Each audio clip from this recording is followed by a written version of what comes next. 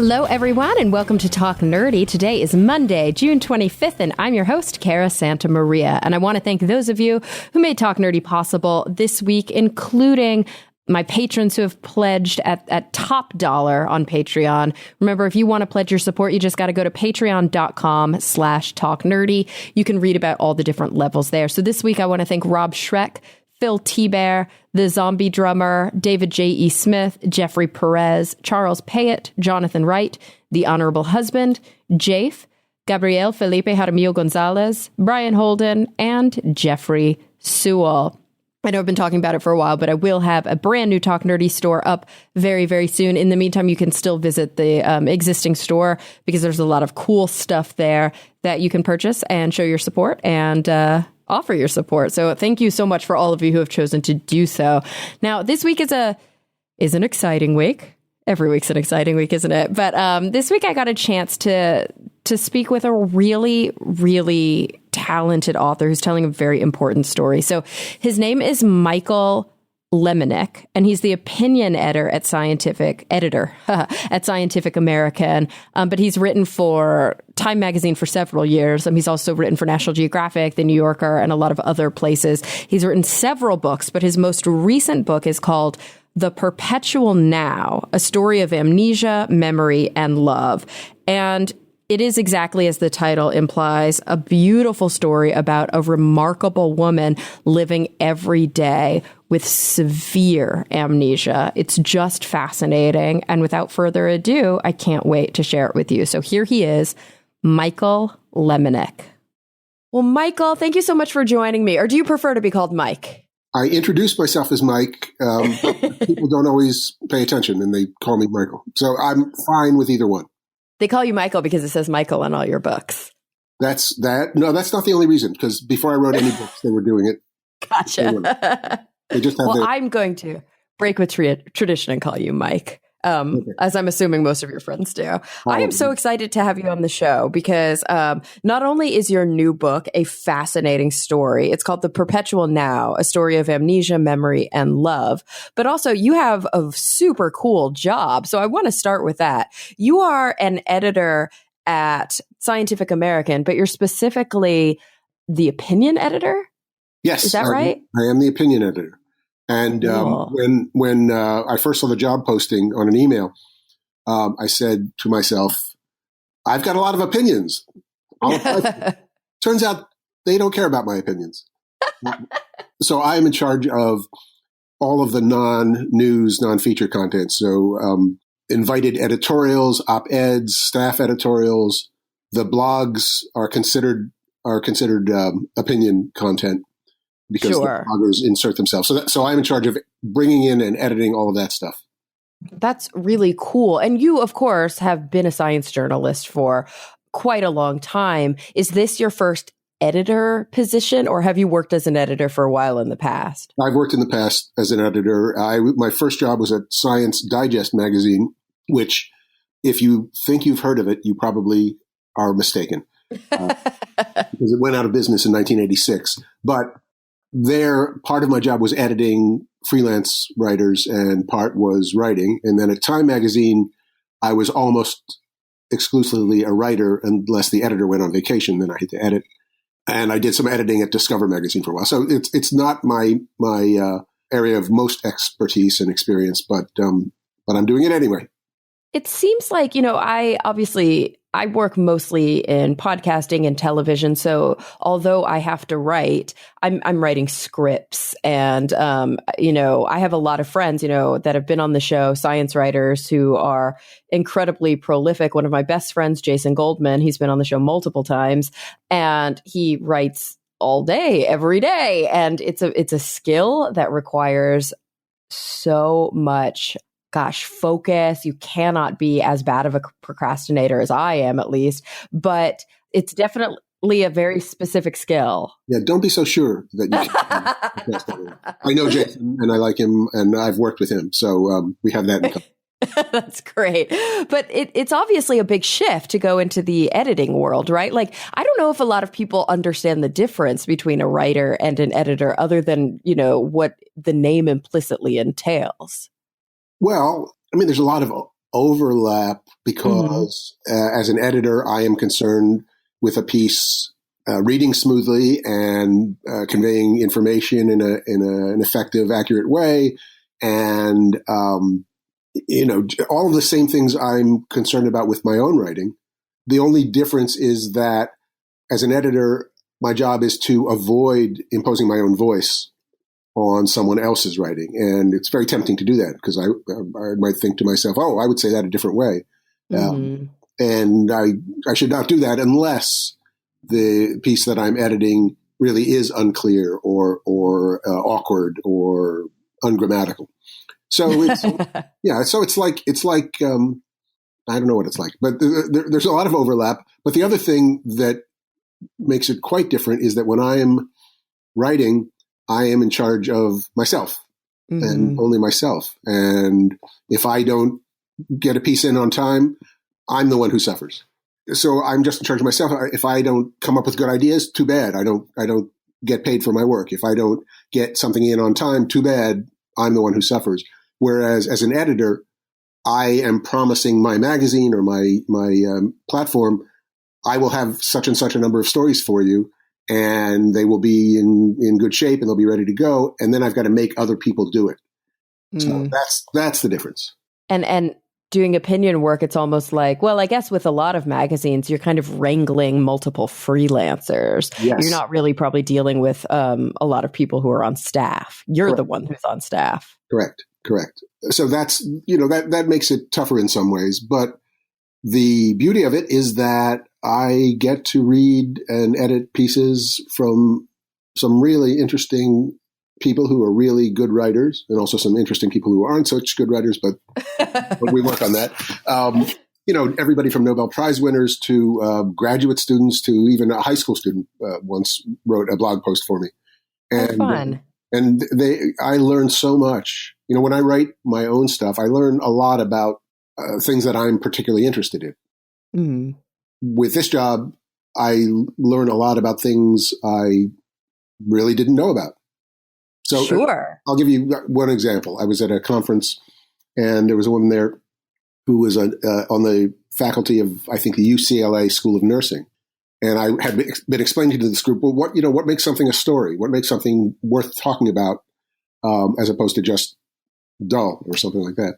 And I can't give a definition, but I said, if you have something that's sort of surprising that people don't really know about, but that they would be really fascinated to hear about, that's a good indicator. And the woman came up to me afterward and said, well, maybe you'd be interested in this. I think most people don't realize that nurses do basic scientific research. And I said, I had no idea. That's really interesting. And she said, well, I'd like to write you an opinion piece or an op-ed talking about that. And that was great. That's a perfect example of how my job surprises me and teaches me. And I have to tell you the best part. She wrote this piece, and in it she mentioned that the history of research, especially in public health among nurses, goes all the way back to Florence Nightingale. Yeah, so that's interesting. But the fun part is that Scientific American is a very old magazine. I was able to link in her story to a story that Florence Nightingale wrote for us in 1865. Holy, that's so cool.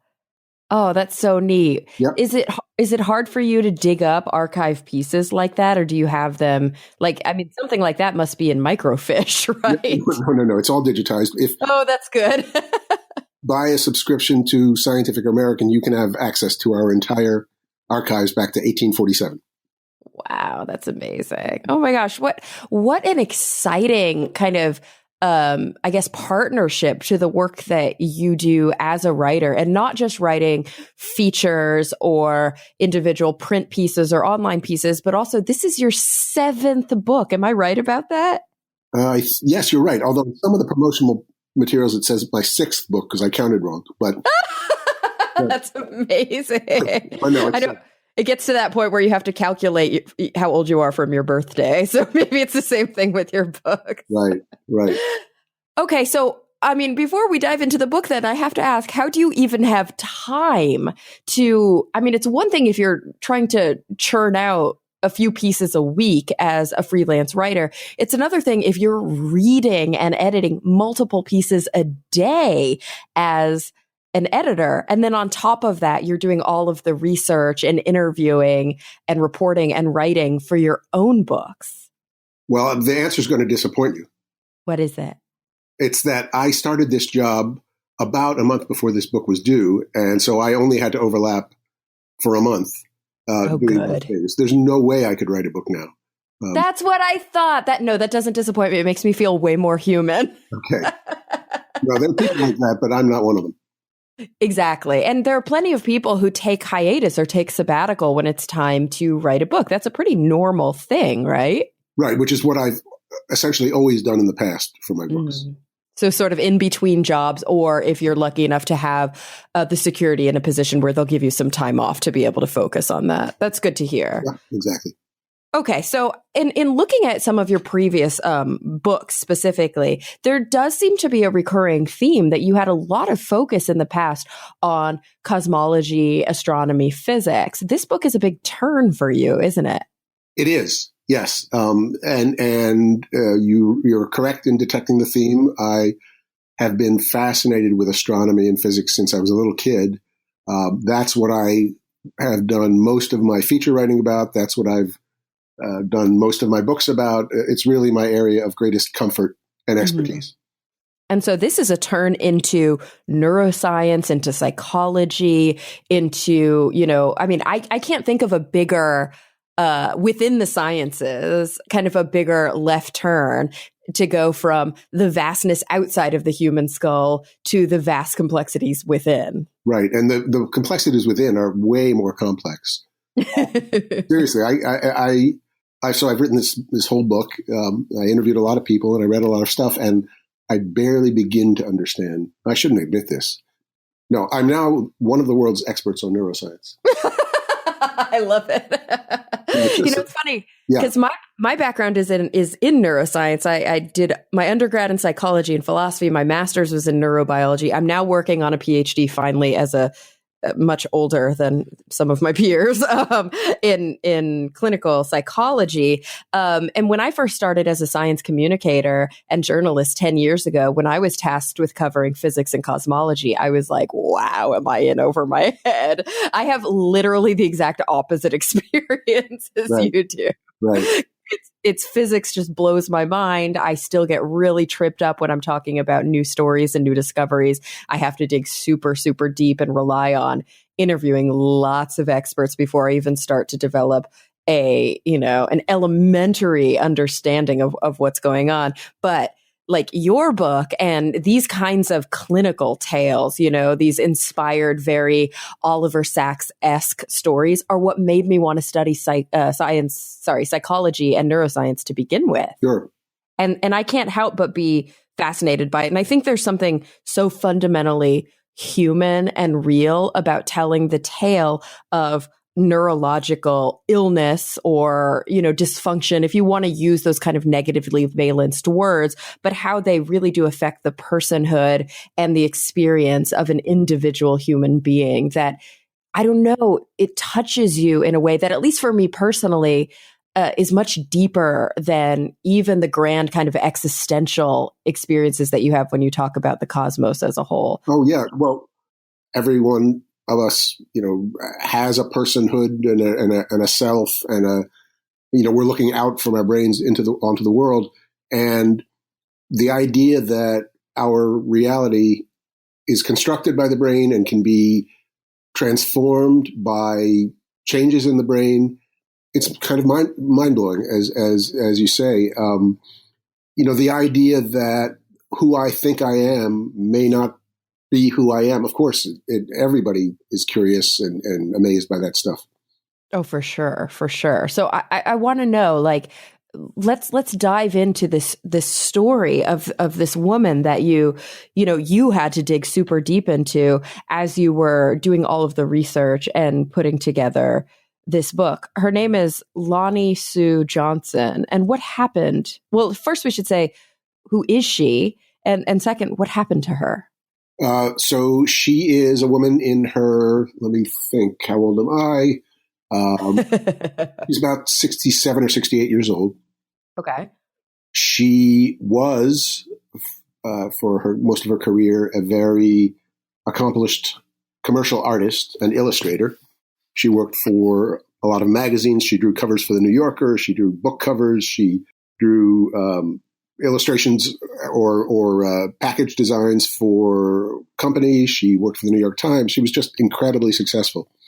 So that's how she made her living. She was also a private pilot. She fell in love with flying in sort of middle age and ended up owning 2 planes. She was a very talented amateur viola player. She was a small businesswoman because she ran her own art business, but she also, toward the middle of her 50s, got involved in an organic dairy, which she ran on her property in upstate New York. So she was this very accomplished, busy, successful woman. Absolutely. Yeah, that's who she was. And as it happens, and part of the reason I know about this story in the first place, she also went to high school with me. Oh, wow. So that's your connection to her. That's my sort of connection to her. I actually never, she was a couple years ahead of me. I never spoke to her in high school. I wouldn't have known her if I tripped over her. It was a pretty big high school. How were you first made aware of, obviously the crux, which we're about to talk about? Right. How were you first made aware of her and her, I guess, illness or accident? Yep. Well, so I did know her younger sister, who was 1 year behind me in high school. We played in the orchestra together. We weren't friends, but we certainly knew who each other were, and I could picture her face if you asked me to. I can still remember her as a middle school kid and in high school. We would run into each other in the supermarket every so often, the younger sister and I, because she and I both stayed in Princeton where we both grew up. And she's the one who came up to me one day and asked me, "Have you heard what happened to my sister?" And I hadn't. And so she started telling me the story. And that's how I connected. So you all still lived in the same town where you went to school? Yes. Oh, I love that. Yes. That's so neat. That doesn't happen very often. And how much? No, that's right. How far out of high school were you when you found out about this? Oh, well, so this was probably about 5 or 6 years ago, and I just celebrated my 45th high school reunion. So you can do the math. Wow. Oh my gosh. I love that. I mean, I love it in terms of just the incredible nostalgia. I love it in terms of the fact that you were so close to home. And I can only imagine that doing the reporting for this story must have, I don't know, been very personal for you. So even though you may not have ever been close to this woman, she really was of your homeland. Absolutely. And because she was so successful, and this is not a big town, you would hear, people would say, "Oh, have you heard about Lonnie Sue Johnson? She just had a big show," or she's got the cover of the New Yorker. So she was a very well-known local character as a young professional, and people followed her career. So she was a local mini celebrity. Sure, because she was just so kind of high achieving and so successful. Exactly. And so then what happened? What happened was one day in, I think it was the end of 2007, just before New Year, a neighbor tried to, knocked on her door and she wouldn't answer. And he looked in the window and she was acting very strangely. She had her head on the table and she was looking at the mouse for her computer as though it was a foreign object. And he knew that something was wrong. He broke in. She was incoherent, and another neighbor took her down to the hospital where she went unconscious. And the doctors there suspected, they didn't know, but they suspected that she might be infected with encephalitis, that is a brain infection with a virus. And if that was true, she was in real danger of death or at least very serious brain damage. So they immediately started her on antiviral medications, which saved her life. But when she came out of and she did indeed have this viral encephalitis, when she came out of of her unconscious state, it turned out that her memory had been almost entirely destroyed. And it's not just her memory of the past, but also her ability to form new memories from experiences going into the future. So she was living in a slice of sort of the present without the ability to learn from experience and learn new people and learn their names and learn anything, and also an inability to remember her past for the most part. And I say for the most part because her younger sister, Aline Johnson, is very particular that I not give the impression that she literally has no memory. Yeah. Which is, I think, the kind of the Hollywood impression when similar stories are told. Right. Nevertheless, she was devastated. The damage was enormous, and she was in a state where she couldn't take care of herself at all. And it turns out that this is not an unheard of situation. So we now know that this kind of infection goes, when it gets to the brain, it centers on the medial temporal lobes, which are the place where our memories are consolidated and stored and processed. So that to form a new memory, you have to have the hippocampus and other tissues surrounding it in the medial temporal lobes of the brain intact, and that's their job. They take your experience and they sort of tie it together and tie it with a bow, and it becomes a memory.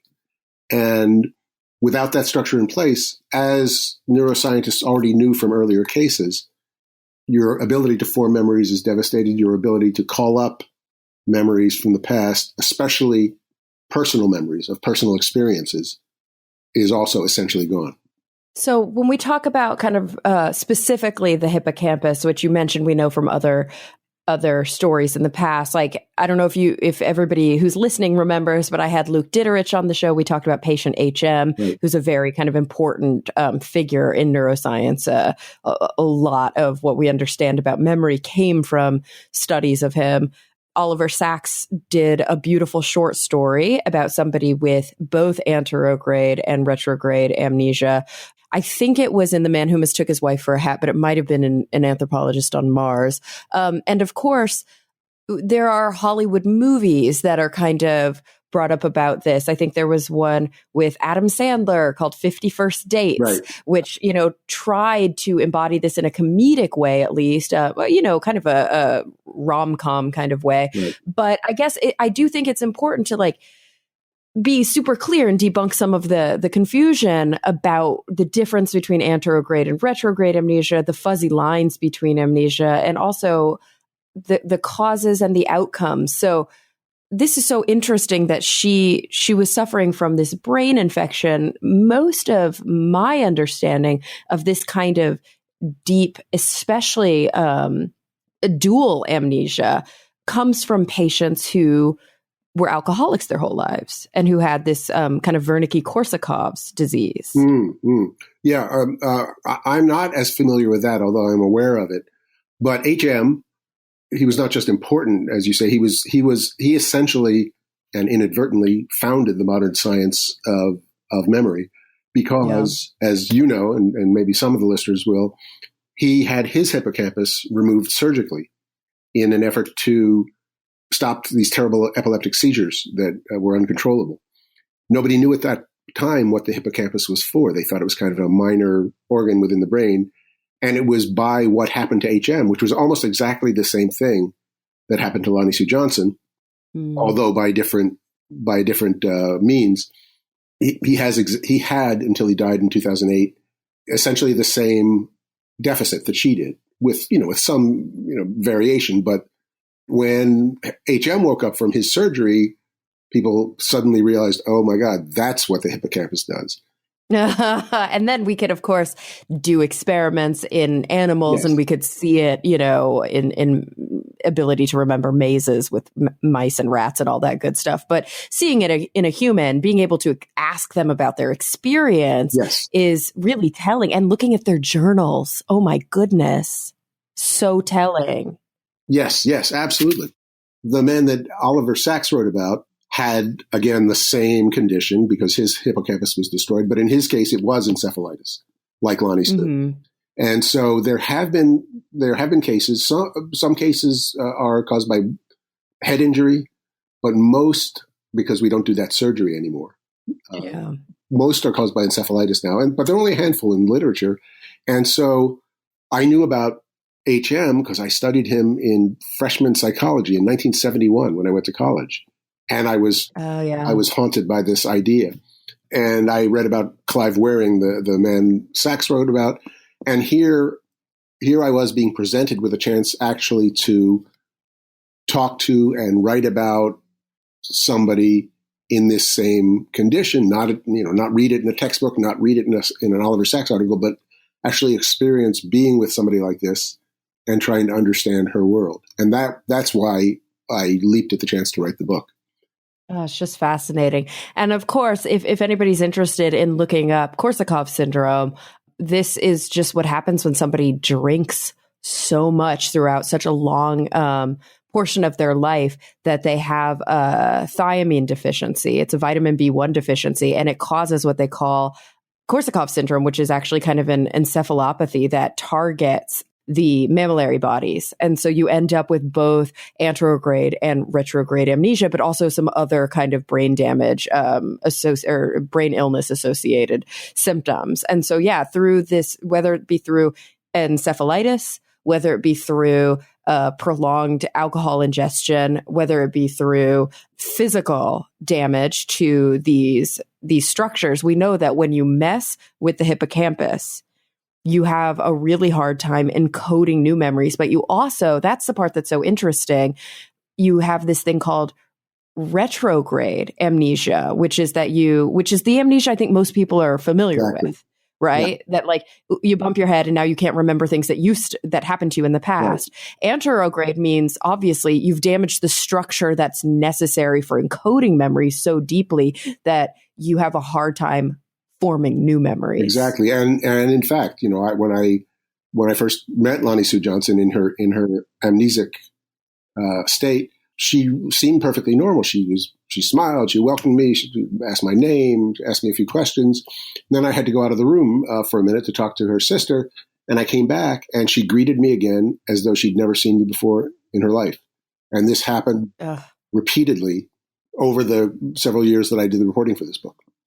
And so, of course, the question that comes up for most people is, are these people aware of their illness, or are they constantly having to be reminded? Because it's one thing to say, oh, we met previously, I know you don't remember. Oh, we've met previously, I know you don't remember. But is it that every time you say, oh, we met previously, I know you don't remember, you have this amnestic illness that they are experiencing the existential terror of realizing that something happened to them every waking moment of the day? Well, that is a very good question. And the answer is, it depends. So Clive Waring, the British musician who had encephalitis back in, I think, the 1980s, the one Oliver Sacks wrote about, was in fact in constant terror. He didn't know where he was. He didn't know what was happening to him. His diary is truly terrifying because he will write, on a whole page. I'm finally awake. I've been asleep and now I'm awake. I don't know where I am. 30 seconds later, now I'm really awake. Now, but what's going on? Oh, yeah. Waking up for the first time ever in my life. Whereas with Lonnie Sue Johnson, for reasons we don't really understand, maybe the damage was not exactly the same because it's not super specific to each cell. Different parts of the tissue can be damaged more or less. Yeah, it wasn't excised like in patient HM. It was just damage. So there's probably still some underlying normal function, even if it's just HM, even HM. It was his hippocampus was excised, but they were doing it blind. They didn't get literally the hippocampus and nothing else. So it's never exactly the same damage, just very similar. And whereas Lonnie Sue Johnson never seems upset. She doesn't mind not knowing what's going on. She's very cheerful. She's very upbeat. She's very optimistic. So it's not, oh my God, what do you mean I've met you before? This is terrible. Why I don't? It's like, oh, it's so nice to meet you again.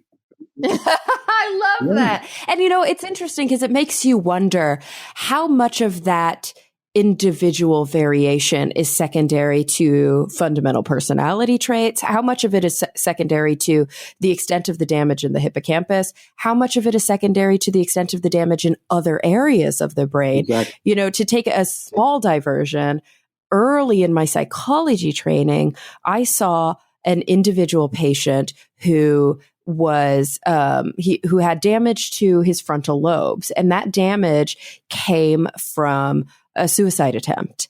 And in essence, he basically underwent a frontal lobotomy. So prior to the attempt, he was incredibly depressed. But after the attempt, although he had shattered his optic nerves, although he had no functional vision, and he basically lost his face. He didn't have a nose, he didn't have teeth, and it was a series of reconstructive surgeries. And he very much looked scary at the beginning of those reconstructive surgeries. He was blissfully unaware of any history of depression. When you would ask him how he lost his how he got his brain damage, he would say, "Oh, I must have been cleaning a gun. I can't imagine how it would have gone off." He just had no concept of the fact that he could have ever been depressed. And he was so happy. Like he had no realization that he looked scary or that people might give him different looks. That it's like the damage to the brain itself fundamentally changed his personality. And it was just so interesting to see a really bright young man, a really high functioning young man who happened to have this very severe damage in a different part of his brain, who was just so happy and so, I don't know, interactive. He was just a joy to be around. Right. So here was the other thing about this opportunity that I had. Clearly, I'm writing in essence a biography of this woman, but she doesn't remember anything about her past. So, oh, yeah, that's quite the task. So, I mean, obviously what you do is you talk to people who knew her before the illness. I talked extensively with her mother and sister, who had been her primary caretakers after she left the hospital, but who had known her whole life. I talked to people who had known her as a young artist. I talked to her ex-husband. By the way, she was married for 10 years. She has no memory whatsoever of having been married. Wow. I talked to colleagues of hers. I talked to old friends. So I talked to people who knew her in the last years before the encephalitis, when she lived up in Cooperstown, New York. And I was able to put together at least a somewhat consistent picture, which suggests that this sort of warmth and ease with people was a very fundamental part of her personality beforehand. Mm-hmm. So, cool. So her personality, I think, really did inform who she would become after the encephalitis. The essence of who she is actually isn't much different. But as to your question about her awareness of her condition, no, she's not really aware of it. It knows that she has a few memory problems. That's what she'll say. If you say, "How's your memory?" She'll say, "Oh, it's not terrible. I do forget things sometimes." She has no concept of the profundity of her disability. And of course, I think that when we first started learning about severe kind of dual amnesia, both anterograde and retrograde, we had this idea, and maybe even my formation of this idea came from the short story that Oliver Sacks wrote about a very different man who did have this existential terror every day of his life. But we think of the fact that our memories really are who we are, and without our memories, that there's a strong sense of loss of personhood. But it sounds to me like she really maintained quite a bit of her personhood. Well, in fact, the working title of this book, before I got into the reporting very much, was "The Woman Who Lost Herself," because I felt just exactly as you just described, that the essence of who we are is in all the things that have happened to us, and the memories and the associations and the all of that. And she doesn't have those, so she must have lost herself. Well, by the end of the book, I felt entirely differently. I had to change the title for that reason. And yeah, it did make me question my whole understanding of why memory is important and what it's really for. Yeah, we are more than our memories, even though conventional wisdom or, philosophical musings or even earlier neuroscientific case studies would tell us otherwise. Exactly.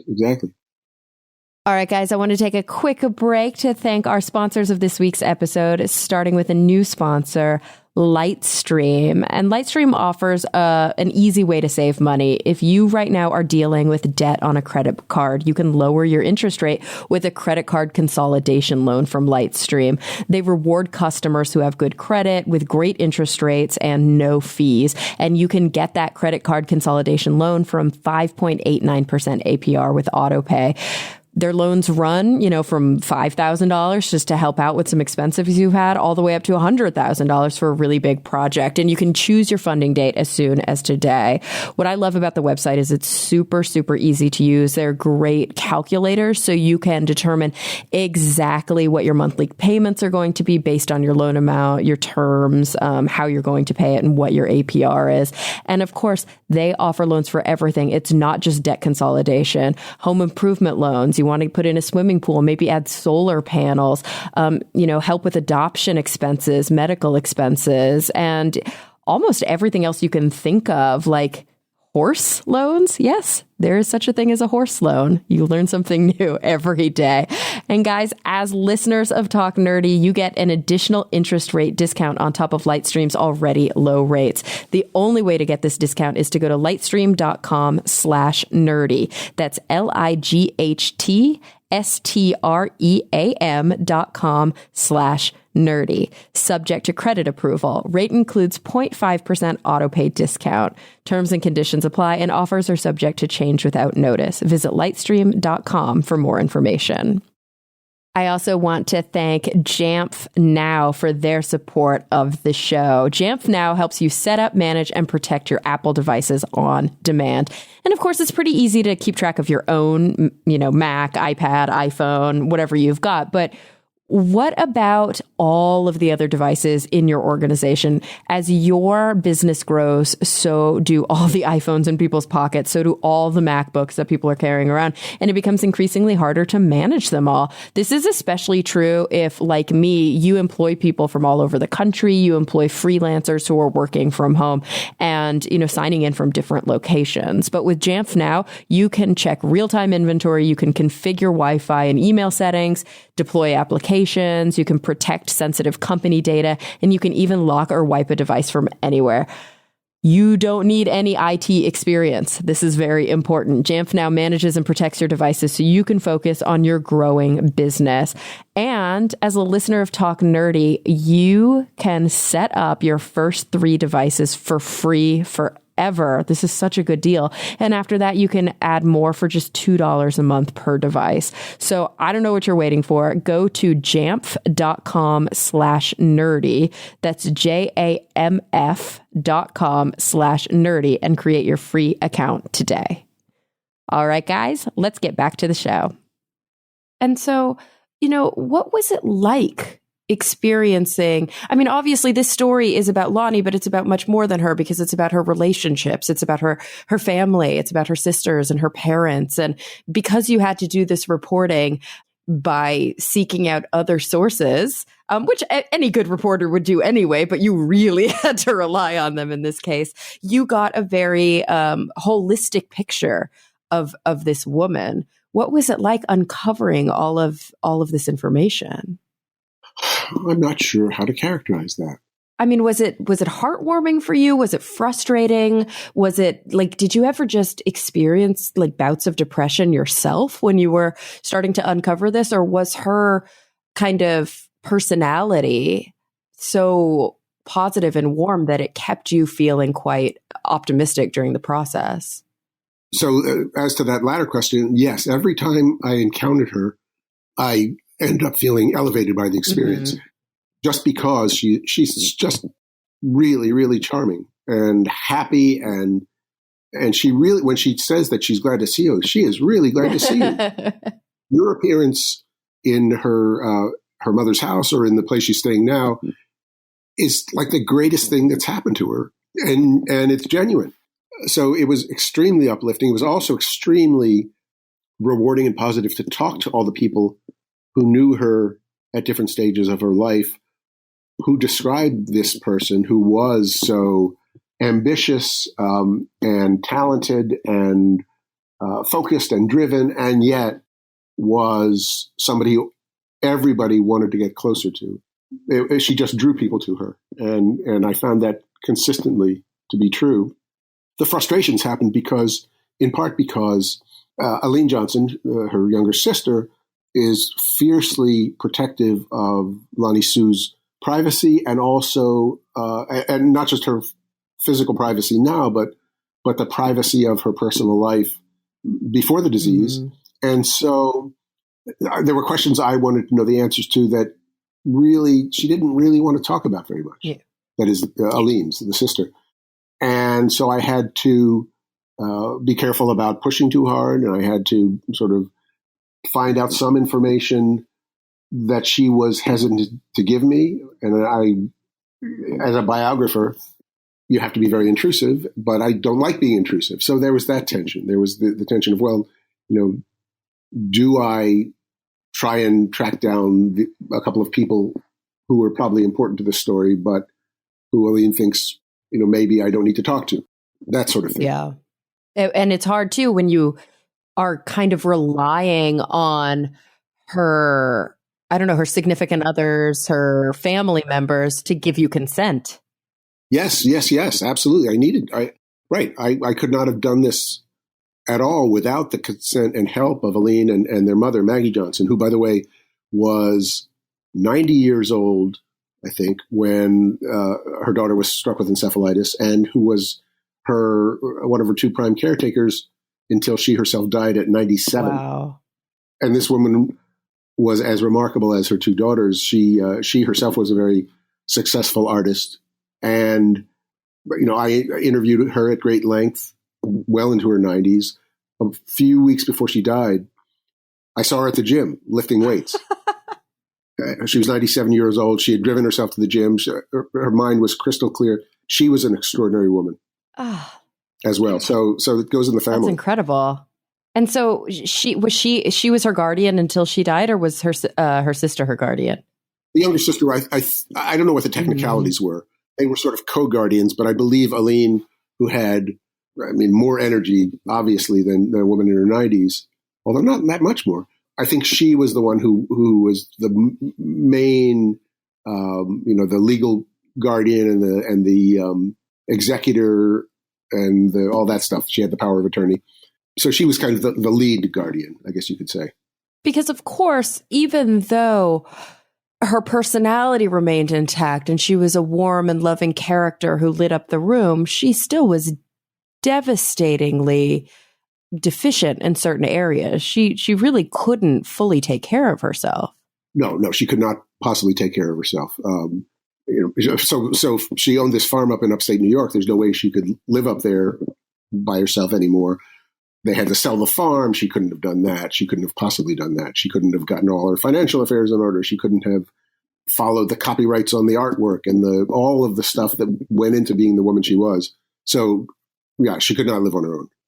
So what were some of the things that you learned? I think that we have this archetype in our minds of the memory patient, but then, going in and spending day after day with her family, digging up clues from her past. What did you learn that really surprised you? And I think maybe painted a more human picture. What were some of the experiences that you noticed about her, things that she did remember, little awakenings, or even for me, what I'm always fascinated by are like, what are some of the skills or the tools that they use in their everyday life to try and adapt and become more independent or more functional? Well, okay, all great questions. So I should say that part of this book is about the scientific research that's going on with her as a subject. There are a number of neuroscientists who are actually studying her the way people studied HM. And they're particularly interested in her case because, unlike HM, who was basically, he was so debilitated by epilepsy before his surgery, he never had a career. He never had hobbies that anybody knows about. He was not very well read. And so there were obviously he was a normal human being, so he had a normal memory function, and they could study the basics of that. But Lonnie Sue, with all of her creative talents and the fact that she had expertise in at least 3 different areas: the art, the music, and the flying, which is a very complex skill, and you have to know an awful lot to be a private pilot. Mm-hmm. There were many more subtleties of memory that the scientists could test with her. And also there's, I think the conventional wisdom, at least, is that in neuropsychology, is that the higher your premorbid functioning, the better chances you have, even in the face of devastating or debilitating illness or injury. That's probably true. And she did retain her ability to play the viola. Oh, cool. And to create art. So she can still do drawings and watercolors. So this is intriguing to the neuroscientists who have never had somebody with this range of pre-existing talents and expertise to look at. And one of the scientists said to me, honestly, we don't really know how she can do everything she can do, given her condition.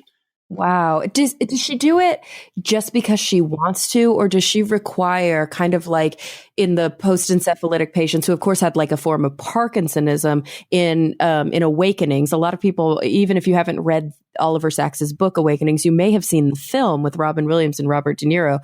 And these patients who, of course, had devastating memory issues, but also these motor disabilities, they would have these moments of awakening where if they heard a song, it might trigger them to be able to dance to it, even though they historically couldn't move on their own. Or, if they experienced something that was very personal and meaningful and emotional, like music or poetry or art, they might have these little glimmers of their previous lives.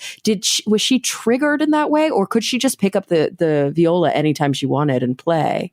Well, that's the answer is a little complicated, but it's a very good question. So basically, for the first 8 or 10 months after she emerged from the encephalitis, first of all, the disease made her brain swell, and it actually made her unable to walk, unable to talk temporarily, in the immediate aftermath of the illness. And as the swelling went down and her brain sort of returned to all normal, except for the damage, she was able to talk, and she had to relearn how to walk, and she had to relearn how to feed herself. And all of those things came back, largely because Aline and Maggie, her sister and her mother, worked day after day tirelessly to kind of make her practice these things. It's not clear how much she would have recovered without their efforts.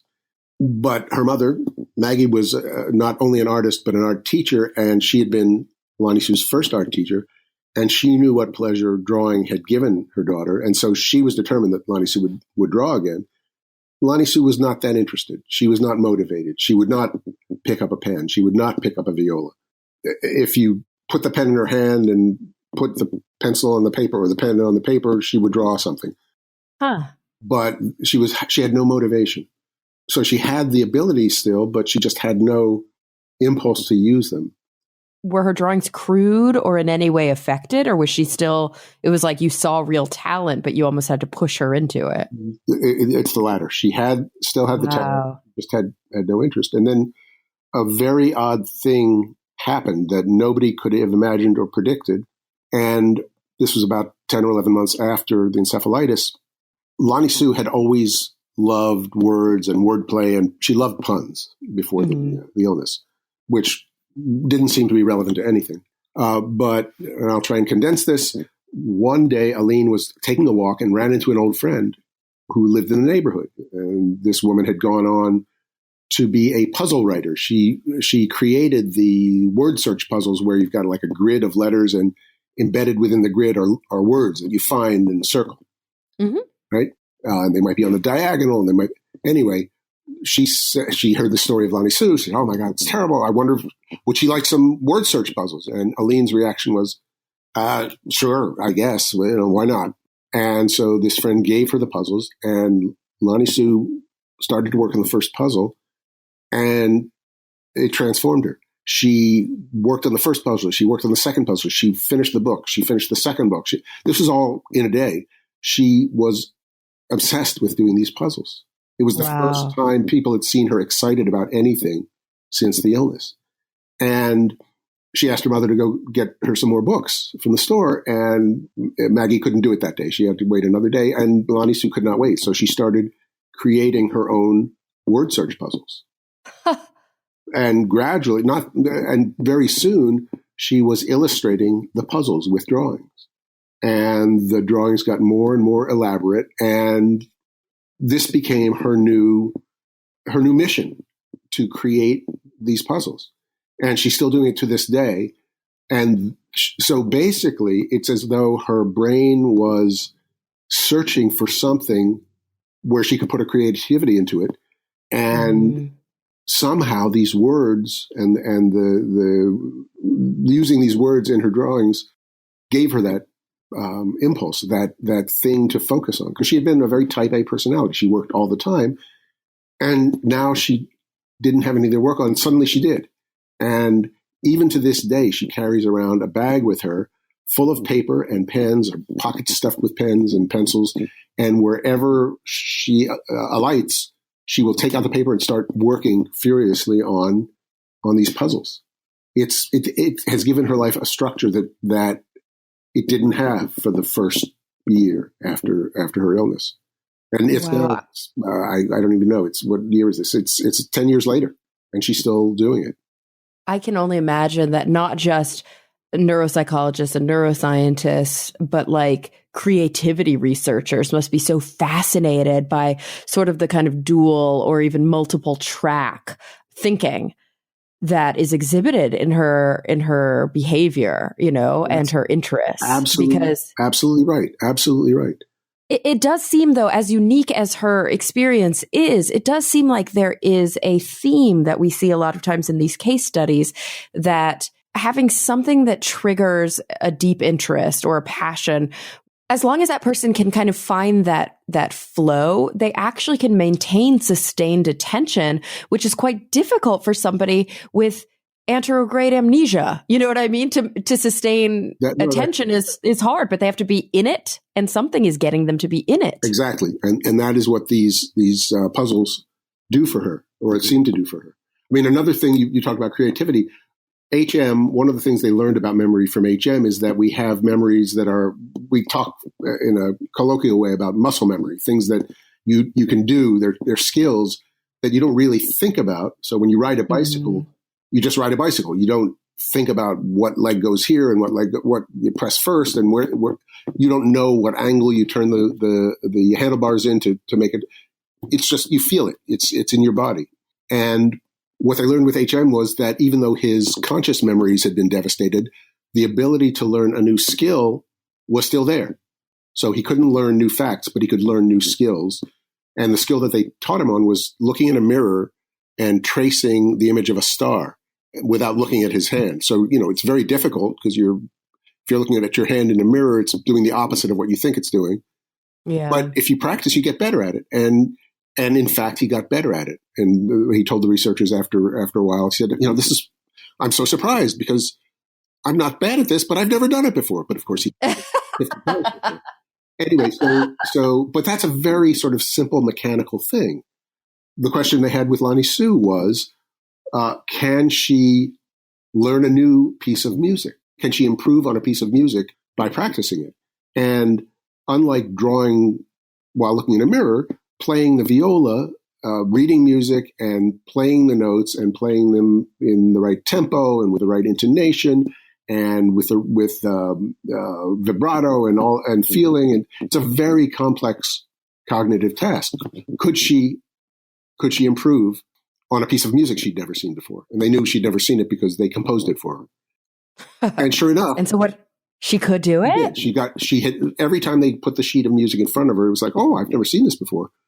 But she had, and she actually got better, which tells them that it's something more complicated than simply a mechanical task that you can learn. And they're just at the beginning of this research. So the questions that they're going to ask about her memory function still have to be asked. They haven't even asked the questions.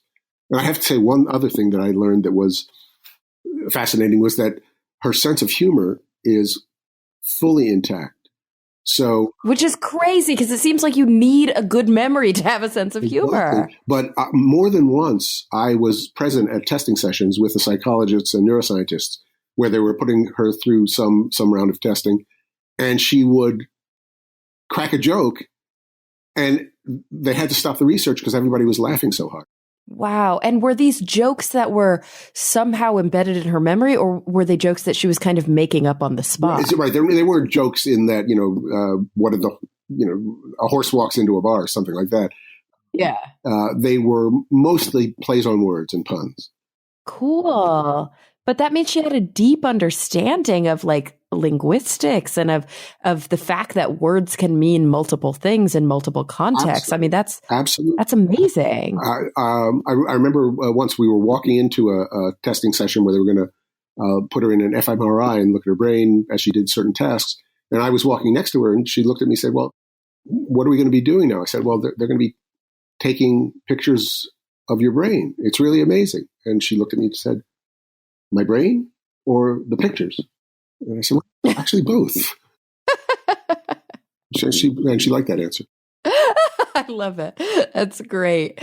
Oh, that's so cool. Okay, so I know we've been talking for a long time and we've got to start wrapping it up, but one thing that we didn't touch base on that for whatever reason, personally, to me, it's really fascinating is the tricks and the shortcuts, like the little things that people who have suffered traumatic brain injury utilize in their lives to help them become more functional or more independent. Did she have things labeled in her house? I mean, what kinds of things did she need to do so that she could at least get by a little bit easier? Well, so one thing she did was to she lives now in an assisted living facility, so she has her own room, but it's in a larger institution.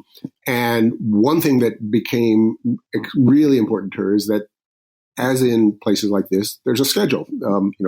On Monday, it's Monday. At 10 o'clock, you have water aerobics. Then at 11, you have lunch. Then at 1, you have basket weaving or whatever. Yeah. And this gave her a structure around which to organize her day. You would say, "Well, so what are you doing next?" She's like, "I don't know. Let me look at my schedule." And she would look at her schedule. And that was her external memory device.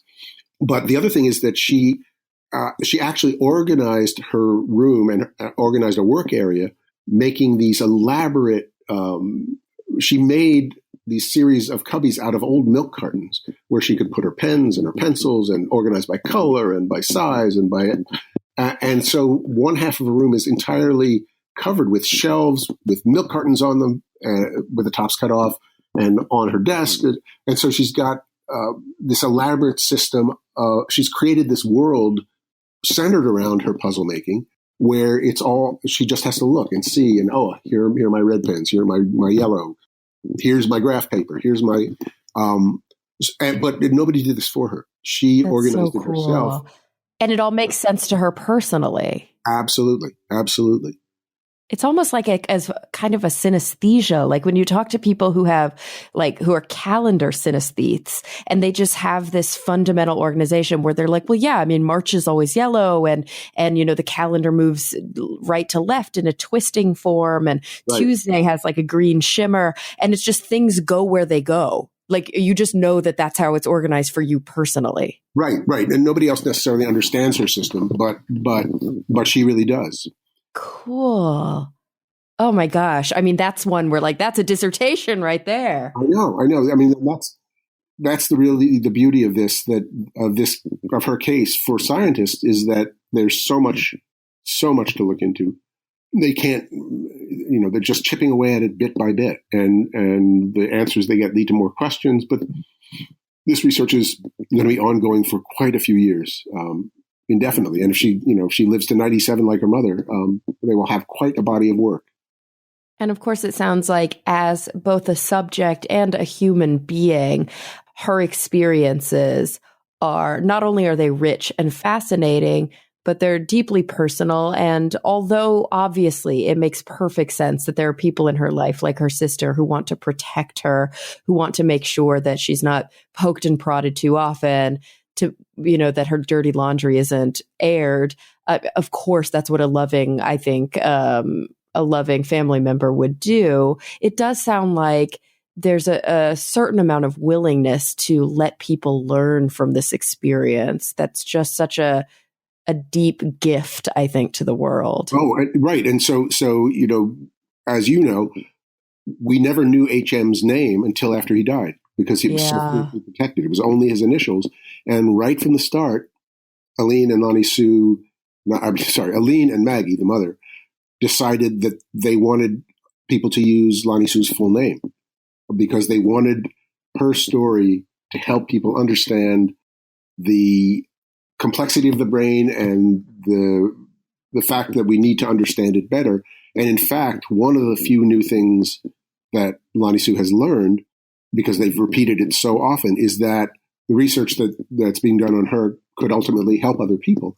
Mm-hmm. And that has been their motivation. So yes, they think it's really important for this story to get out and for people to understand that the brain is this very complex organ and that through research we can understand how it works and find ways to help people who have brain injuries or other brain illnesses. Okay. Quickly, I have 3 more questions. I'm going to keep them tight, but the first one is my last question related to the story. A, does she read? And B, has she read your book? Oh, very good question. Aline keeps me posted since the book was published. She has started reading my book. What is that like the most meta and insane situation ever? I mean, she cannot, because of her memory problem, she can't really read it in a normal way. So she'll open randomly to different pages. And Aline tells me that she's got a bunch of Post-it notes at different pages that she wants to return to. And the front cover's all smudged.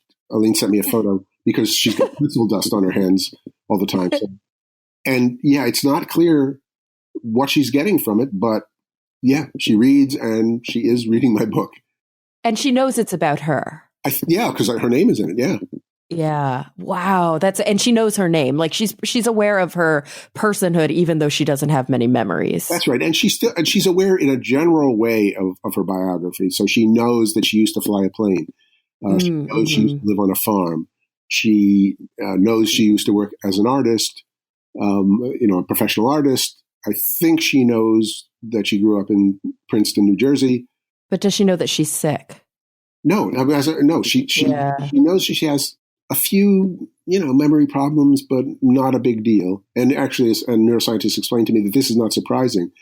She's missing this huge, huge chunk of her previous consciousness, but she doesn't remember that she once had it. She doesn't remember what it's like to have a functioning memory, so she doesn't really miss it.